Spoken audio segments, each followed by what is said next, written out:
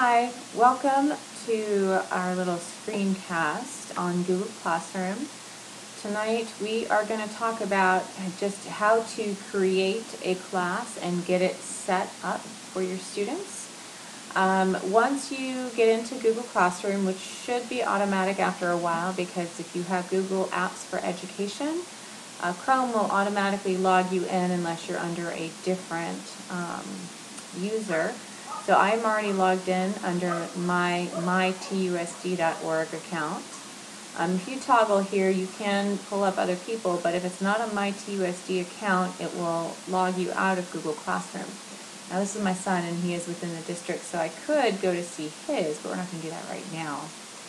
Alright, so once you're logged in, I already have some classes created, but I'm going to show you how to quickly create a class. Now when you go up here to this little plus sign and you click that, you have two options. One is to either join a class or to go ahead and create a new class. So if you're being asked to join a class or some sort of professional group, you would click this and you would be automatically enrolled into that class. Today we're not going to do that. We're going to go ahead and just create a new class like you were starting off the new school year. So when you click Create Class, this window comes up and it'll want your class name. Now don't pick something generic like, for me I teach chemistry. If I just wrote chemistry, I wouldn't know which level of chemistry, what year, etc. So give it a little bit of detail and descriptor. So for me this year I'm teaching honors chemistry. So I'm going to go ahead and type honors, or you could abbreviate it, it's up to you.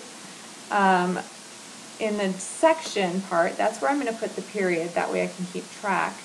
So I don't really teach a 6th period, but I'm going to go ahead and create that one because I already have the other periods created. So now I know what this is for. If I wanted to, I could do period 6, 2015, 16, if you want to be specific about what year it is. And that's not a bad idea. Click Create. And it's going to go ahead and look at that information and give it a second. Bam, here is my new chemistry page. Hey, and the icon is actually an atom and a nucleus. I love it. Okay, so there is my picture and my information, and you come up with this kind of generic screen for your class. Now there's a couple of points to look at. One is up here. You have these 3 lines. If you click that, it's going to show you a list of all your Google Classroom classes that you have active. Now we're already in the one that we want, so we're not going to go ahead and select another one, but you could toggle between any one of these. Alright, we're going to go ahead and we're going to ignore this screen for now. We're going to go over to the About section and we're going to go ahead and give a little bit of information on what this class is about. So here I'll go ahead and I'll type in honors chemistry.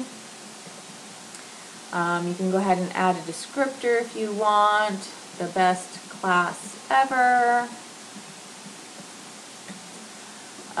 Room, FHS, room 509.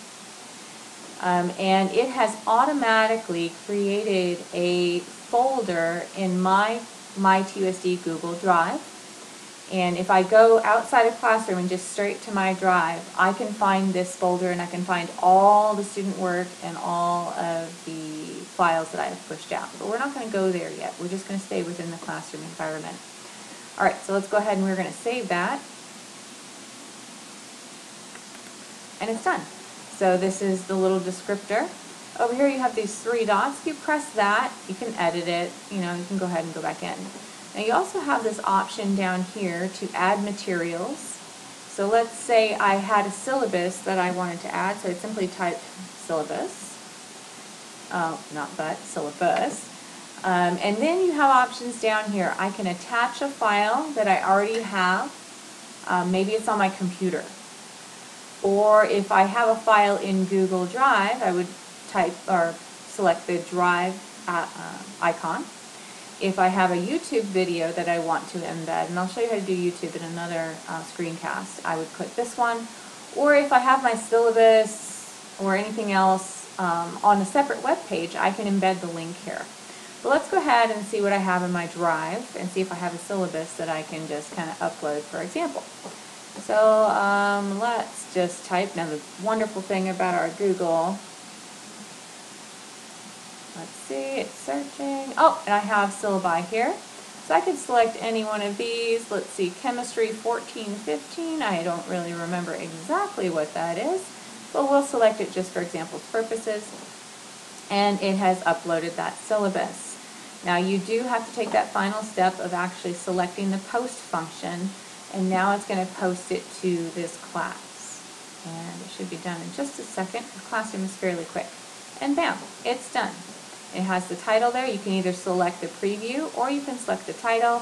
When you do, it opens it up right there for your students to go ahead. Oh, and this was someone else's example syllabus. It's Mr. Roundy's. Hi, Mr. Roundy. Thank you for your syllabus. All right, so I'm going to close that out because I don't need that right now. Okie dokie.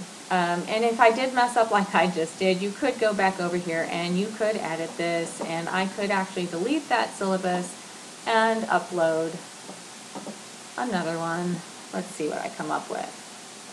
So it's pretty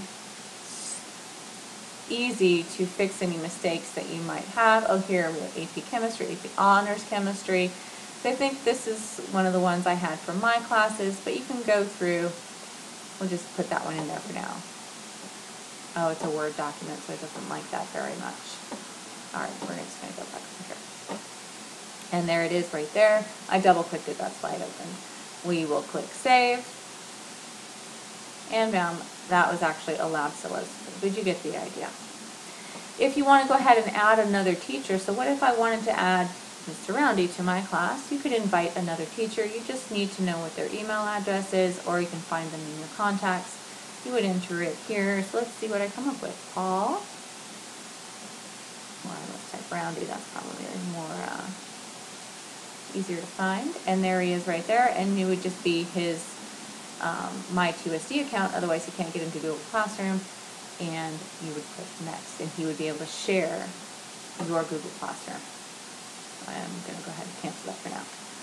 Alrighty, and if you go back to students, this is where you would be able to go ahead and either invite students directly, or you would be able to, when your students are live and in your classroom, go ahead and have them log into Google Classroom, and they would go up to the little plus sign and click join, and then it's going to ask them for the code, and that's what you would have them do, is enter this code. Bam, done. They are automatically rostered into your class. Super duper easy. You don't have to do any typing of emails. You don't have to do any rostering. Eventually this will be automatic. Google Classroom did announce at ISTE 2015 that they have enabled that function, that school districts can automatically populate classrooms with rosters, but it depends on your district as to whether they've got that function ready. If not, then your students would just go ahead and type in this code for either on their computer, Android, iOS device, whatever. And then go back to stream, and you are ready to get started. All right, good stuff.